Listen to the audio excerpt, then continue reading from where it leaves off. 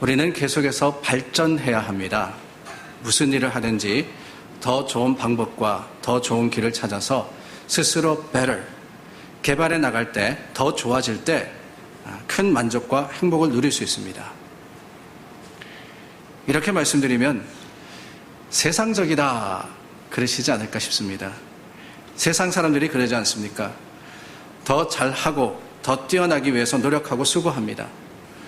그렇기 때문에 우리 그리스도인들은 그러지 말아야 된다라고 자동적으로 생각하실 것 같은데 그렇지 않습니다.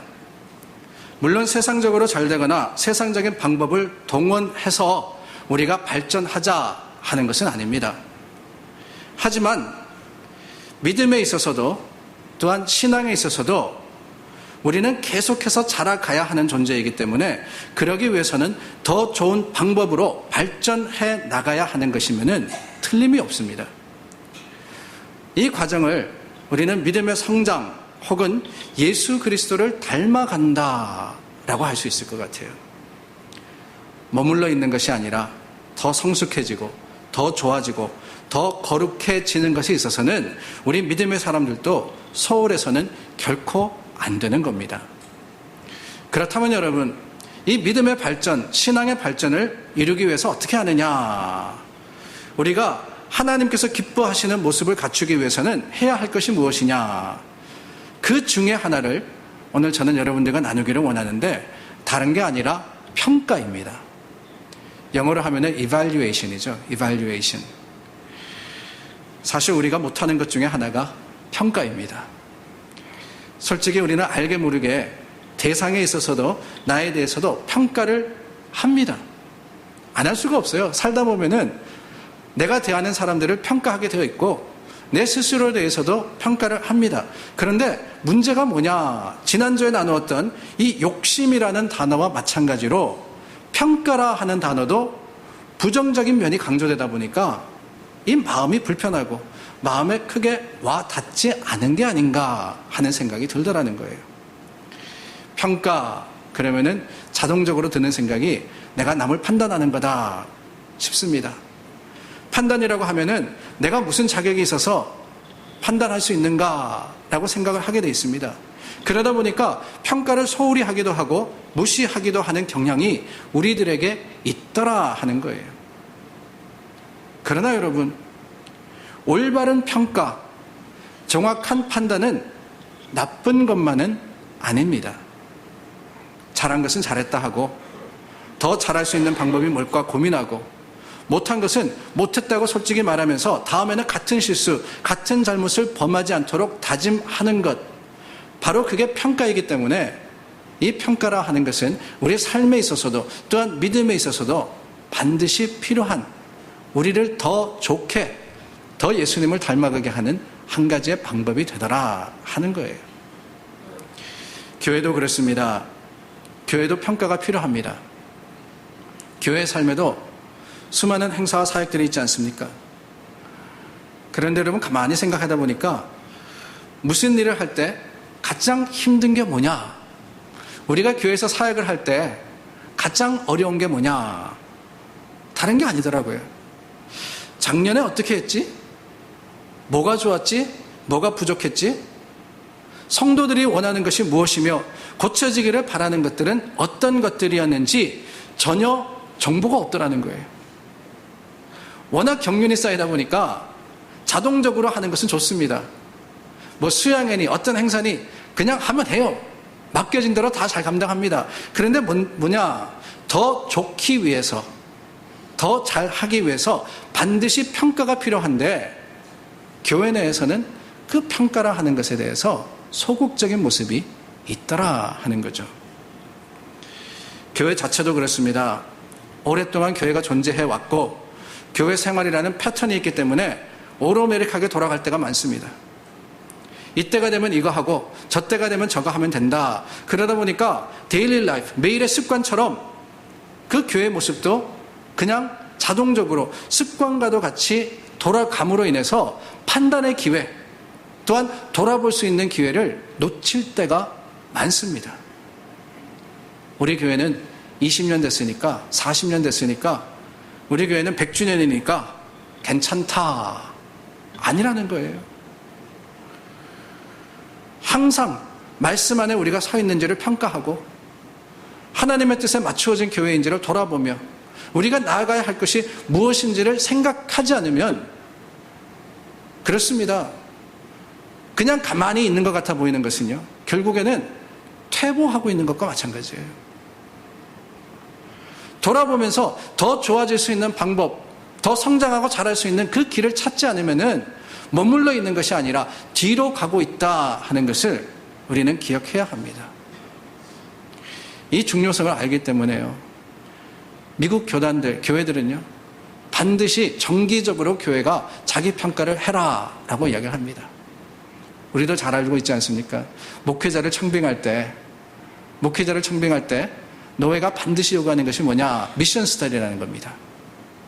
교회가 가지고 있는 사역, 그 사명의 목적이 뭐냐? 우리 교회는 어떠한 교회며 우리 교회는 무엇을 바라며 어떤 사역을 감당할 것이냐 하는 것에 대해서 스스로 자가 평가를 하고 거기에 맞추어서 목회자를 청빙하라 하는 것이, 그게 바로 미션 스터디 아닙니까? 저희 교회는 이 미션 스터디를 꽤 오래전에 했어요. 제가 온 지가 10년이 다 됐으니까 10년 전에 한 거잖아요. 그죠? 그리고는 살펴보지 않은 것 같아서 조금은 죄송스럽고 조금은 하나님 앞에 미안한 그런 마음도 있습니다. 교회나 공동체만이 아닙니다. 개인적인 평가도 반드시 필요합니다. 내 스스로를 어떻게 보느냐 하는 거예요. 여러분은 어떻습니까? 자신에 대해서, 스스로에 대해서 어떻게 생각하십니까? 다른 사람들이 나에게 대해서 어떻게 생각할 것이다 라고 알고 있습니까? 우리 모두에게는 스스로를 생각하고 기대하는 데 맞춰가지고 평가하는 마음이 있습니다. 다른 사람들이 어떻게 볼 거냐 하는 것에 대해서도 궁금해하죠. 그러나 여러분, 남이 나를 판단하는 것보다 더 중요한 것이 있는데 그게 뭐냐? 다른 게 아닙니다. 내가 내 자신에 대해서 어떻게 생각을 하느냐, 어떻게 평가를 하느냐, 이게 중요한 거예요.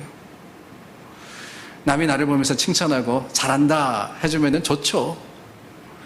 남이 날 보면서 못한다 그러면서 박하게 평가를 하면 기분 나쁩니다. 다 그래요.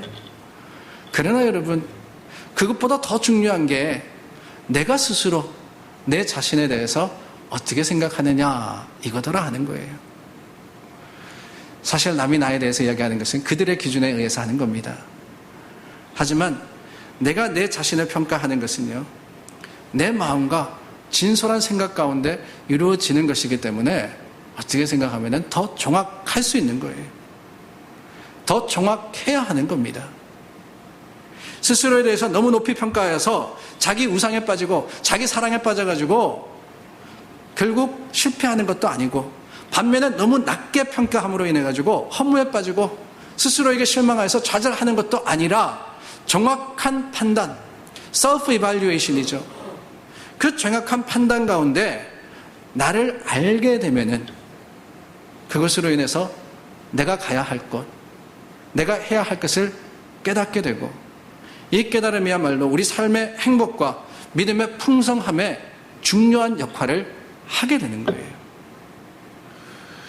이러한 스스로의 평가 참 중요한데요. 그렇다면은 이 평가에 있어서 꼭 필요한 것이 뭐냐? 다른 게 아닙니다. 기준이라 하는 겁니다. 기준이라 하는 거예요.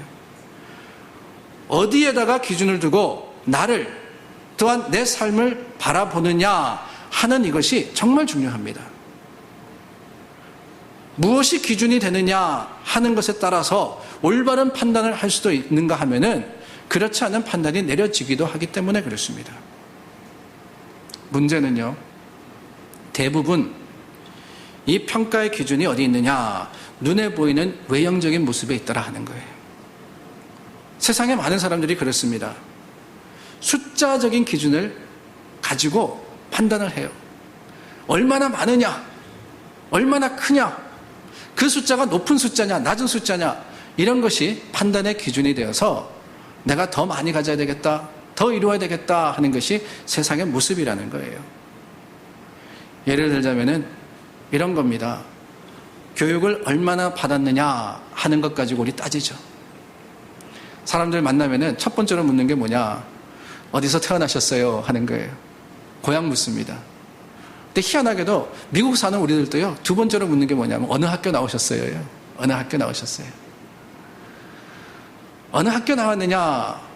뭐 그거 가지고 그런 질문 당연히 할 수 있지 않느냐 생각하지만은 그 마음속을 가만히 들여다보시기를 바랍니다. 무엇을 가지고 평가를 하느냐? 상대방을 숫자를 가지고 평가하는 거예요. 1, 2, 3, 4, 5, 6, 7, 8, 9, 10, 11, 12. 고등학교까지 나오면 10입니다. 대학교 나오면 16이죠. 거기다 박사학위까지 가지면은 적어도 20년은 공부했으니까 20이라는 숫자를 가지고 판단하고 있다는 거예요. 어디 그뿐입니까? 돈 가지고 판단하기도 합니다. 부자냐 가난한 자냐 결국에는 숫자죠. 은행에 잔고가 얼마나 있느냐, 한 달에 버는 돈은 얼마냐, 이거를 가지고 판단을 하는 거예요. 건강도 그렇습니다. 지위도 그렇습니다. 이러한 세상의 숫자를 가지고 판단할 때는 그 숫자가 변함에 따라서 판단의 모습이 달라지기도 하고 문제가 생기기도 하며 또한 교만이 들어오기도 하는 거예요. 그 숫자의 판단 가운데 인생에 여러 가지 부조리가 끼이기도 하고 불만과 불안이 생기기도 하며 여러 가지 불행이 있기도 한 겁니다. 그렇기 때문에요, 이런 세상의 기준은 결코 절대로 우리 믿음의 기준에 적합하지 않습니다. 성경은요, 하나님의 말씀은 절대적인 다른 평가의 기준을 우리에게 제시를 하는데 그게 뭐냐? 바로 하나님이십니다. 하나님이세요. 내가 나를 어떻게 보든지 다른 사람이 나를 어떻게 평가하든지 그게 상관이 없다라고 하나님의 말씀은 선포를 하시는 겁니다. 오히려 가장 중요하고 가장 앱솔루트한 분명하고 확실한 기준은 하나님이 나를 어떻게 보시느냐, 이거라고 말씀을 하고 계세요. 오늘 저희가 나누었던 본문 40절과 41절 말씀입니다. 우리가 스스로 우리의 행위들을 조사하고 여호와께로 돌아가자. 우리의 마음과 손을 아울러 하늘에 계신 하나님께 들자 그랬습니다. 스스로 조사하자, 평가하자 그랬어요. 근데 그 평가의 기준과 목적이 뭐냐? 하나님이라고 이야기를 하는 거예요. 나를 스스로 살피는 것도 그 이유가 무엇이냐? 다른 게 아닌 겁니다. 하나님을 향할 수 있느냐? 주님께로 돌아갈 수 있느냐? 내가 가고 있는 이 길이 하나님께로 향하고 있느냐? 이것이 기준이고 하나님의 시선에서 내가 어떤 모습이냐 하는 것을 스스로 조사하자라고 예레미야는 이야기를 하고 있는 겁니다. 하나님이 기준입니다. 세상이 아니에요. 세상은 우리를 판단할 때 하찮게 볼 수도 있고 지나치게 볼 수도 있습니다. 그러나 여러분, 하나님이 나를 보시고 그 하나님의 마음이 나를 긍휼히 여기신다면은, 우리의 기준이 그 하나님께 있다면은 우리는 스스로를 바라볼 때 실망이나 좌절보다는 오히려 하나님을 향한 감사와 주님께서 우리에게 허락하여 주시는 약속의 풍성함으로 인한 더 좋은 것을 기대할 수 있는 믿음의 능력을 가질 수 있지 않겠습니까? 그렇다면 여러분, 주님의 기준은 어디에 있습니까? 기준이 중요하다 말씀을 드렸고 그 기준은 하나님이라 그랬는데요, 하나님의 기준은 도대체 뭐냐? 어디 있느냐? 여러분, 주님의 평가의 기준은요, 위에 있는 게 아니라 아래에 있습니다. 세상의 평가의 기준은요, 사실 언제나 살짝 높은 곳에 있어요. 그렇지 않습니까, 여러분? 더 잘하자, 더 뛰어나자 하는 말의 의미를 가만히 생각해 보면은 항상 우리가 있는 곳이 조금 부족한 곳, 조금 못한 곳, 조금 낮은 곳이라 하는 뜻이 있습니다. 발전, 평가에서 더 나아지자 할 때도 항상 그런 말이잖아요. 더 낫다 하는 것은 더 위에 있는 무언가를 기대하는 마음이 거기 있더라 하는 거예요. 그래서 늘 높은 것에 시선을 두고 저기까지 가기 위해서 수고하고 노력하는 것, 그게 세상의 모습이자 세상의 평가의 기준의 의미입니다. 그런데 여러분, 하나님이 기준이시라 하고 그 주님이 우리의 기준의 모습이라 할 때는 주님이 어떻습니까?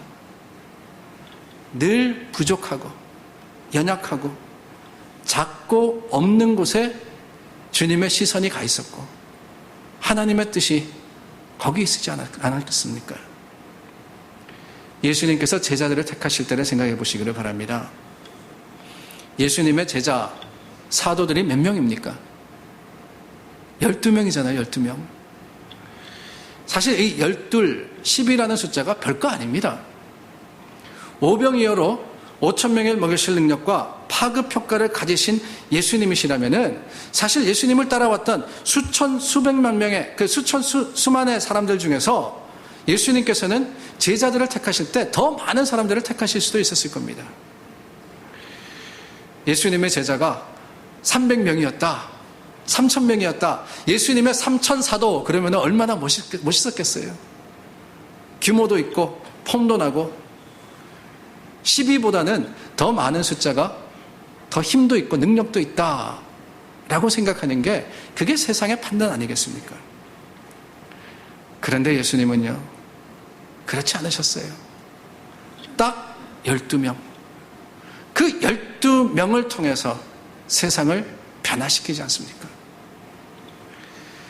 오늘날 교회가 우리 교회 교인은 12명이다 그러면은요 뭐라 그러겠어요? 그게 교회냐? 구역이지. 이러지 않겠습니까? 120명이라 그래도 작은 교회다. 영향력이 없다. 힘이 없다. 그러면서 1200명이 되기 위해서 12000명이 되기 위해서 힘쓰고 노력하는 것이 오늘날의 교회의 모습인데 예수님은 그 수많은 사람들이 따라다녔지만은 오직 12사람 그 12사람만을 택해서 사도로 삼으셨다는 거예요. 어디 그뿐입니까? 12사람들의 면면을 생각해 보시기를 바랍니다. 갈릴리 촌 사람들입니다. 예루살렘에서 교육 잘 받고 예루살렘에서 종교의 지도자로서 아니면 세상의 권위자로서 쓰임받던 사람들이 아니었어요. 갈릴리 바닷가에서 물고기 잡고 사람들이 배척했던 세리였고 어떻게 보면 아무런 지위나 권세나 명예가 없는 사람들이니 세상 사람들의 판단은요 별거 아니다 라고 했을 겁니다. 그러나 여러분 예수님께서는 그들을 직접 찾아가시고 직접 부르셔서 제자 삼으셨어요. 도대체 무슨 기준을 가지고 그러셨을까? 무슨 기준으로 그러셨을까? 그 기준은 다른 게 아닙니다. 세상적인 관심과 관점이 아니라 하나님의 마음의 기준이 예수님께서 제자들을 부르신 그 부르신 모습이 되었고 오늘날 우리를 찾으시는 하나님의 마음이 된다 하는 것을 우리는 깨달아야 됩니다. 세상의 기준에 매여서 세상 기준에 기울어지는 우리를 향해서 주님은 뭐라 그러십니까? 너희는 어찌하여서 무엇을 먹을까 무엇을 입을까 어떻게 살아갈까 걱정하느냐 그러시잖아요. 세상적인 숫자를 가지고 무슨 염려를 하느냐라고 말씀하지 않으십니까? 2주 전에 나누었던 말씀 기억하세요? 믿음에 대해서 이야기하면서 마태복음 6장 말씀을 나누었습니다. 마태복음 6장 25절 말씀에 보면은요 그렇습니다. 무엇을 먹을까 무엇을 입을까 염려하지 말라 그랬어요. 하나님께서 책임지신다 그랬습니다. 주님의 관심은 우리가 생각하는 가지고 있는 것이 아니라 하나님의 것에 긍휼하심과 사랑하심으로 함께 하시기 때문에 그 시선을 가지고 자신을 판단하고 자신을 바라보며 평가하라고 말씀을 하시는 거예요. 사랑하는 여러분, 자신, 나라는 존재가 누굽니까? 스스로에 대해 평가를 해야 되는데 여러분이 자신을 바라보실 때 내가 누구다라고 생각을 하십니까? 나란 존재는요 다른 사람이 아닙니다. 내가 누구냐? 오늘 말씀해 보면은 이렇게 되어 있습니다. 22절부터 26절 말씀 다시 한번 저와 여러분들께서 같이 화면에 나온 말씀 읽겠습니다. 22절부터 있습니다. 여호와의 인자와 긍휼이 무궁하심으로 우리가 진멸되지 아니함이니이다. 이것들이 아침마다 새로우니 주의 성실하심이 크시도소이다. 내 심령에 이르기를 여호와는 나의 기업이시니 그러므로 내가 그를 바라리라 하도다. 기다리는 자들에게나 구하는 영혼들에게 여호와는 선하시도다. 사람이 여호와의 구원을 바라고 잠잠히 기다림이 좋도다. 아멘. 내가 누구냐? 하나님이 함께하는 사람이라는 거예요. 그리스도께서 나를 위해 죽으시고 내 가치를 평가하시고 십자가로서 보증을 서신 사람, 바로 그게 저와 여러분입니다. 거기에 이미 지불된 값이 있고 보증된 사랑이 있기 때문에 우리 자신을 바라볼 때 우리는 하나님의 마음을 가지고 그 사랑으로서 긍휼히 나를 바라보고 판단하며 하나님 앞에 설 수 있어야 되는 겁니다. 십자가의 값이 이미 치루어졌어요. 그 십자가 값이 얼마나 됩니까? 숫자로 환산할 수 있을까요? 우리가 도무지 갚을 수 있을까요? 죽을 수밖에 없던 우리를 생명으로 인도하신 그 하나님의 사랑을 우리가 무엇으로 판단할 수 있으며 무엇으로 그 가치를 매길 수 있겠습니까? 우리는 그만큼 존귀한 사람이라고 하나님은 말씀하시는 거예요. 그런데 여러분, 그런 하나님의 마음을 우리가 이해하지 못하니까 믿음에서나 무엇에 있어서도 우리는 뭔가를 해야지만, 뭔가를 이루어야지만 하나님께 받아들여질 수 있다라고 착각을 하고 우리 자신을 항상 부족하다고 생각하며 항상 부끄러워서 주님 앞에 감히 나가지 못하는 거 아니겠습니까? 사랑하는 여러분, 우리에게는 자신을 돌아보고 평가하는 지혜가 있어야 됩니다. 근데 그 평가의 기준은요, 내가 원하는 것, 세상이 제시하는 것이 아니라 하나님이 원하시는 주님의 사랑과 은혜가 기준이 된 바로 그런 평가가 될 때 우리는 십자가의 길을 기쁨으로 갈 수 있는 겁니다. 물론 오해하지는 마시기를 바랍니다. 우리 평가의 기준이 하나님께 있고 그 하나님은 사랑으로 우리를 바라보시기 때문에 우리의 모습이 이러해도 되고 저러해도 돼도 상관없다, 그것은 아닙니다.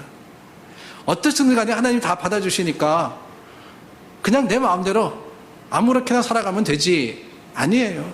평가가 왜 필요하냐? 하나님은 어차피 사랑이신데, 이러시면 안 되는 겁니다. 자신에 대한 평가는 냉정하고 정확해야 합니다. 왜요? 다른 게 아니에요.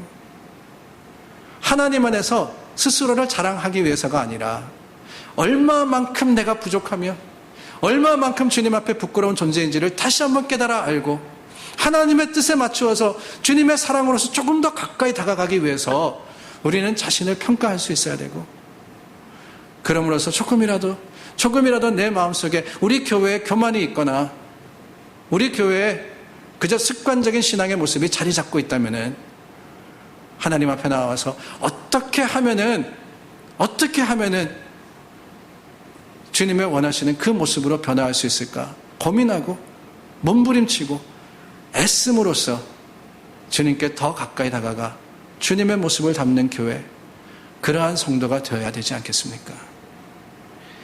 사랑하는 여러분, 주님의 사랑을 믿지만은 자기 평가에 있어서는 공정하며 철저한 교회, 믿음의 사람들이 되기를 원합니다. 그럼으로써 만족하고 괜찮다라고 하는 것이 아니라 주님 안에서 우리가 더 잘할 수 있는 것이 무엇일지 항상 고민하며 항상 하나님을 사모하여서 붙드시는 여러분들이 되시기를 바라며, 이 자기 평가가 멈추지 않으므로 하나님을 향해서 더 열심으로 달려가는 우리 모두가 될 수 있기를 예수님의 이름으로 축원합니다. 기도하겠습니다.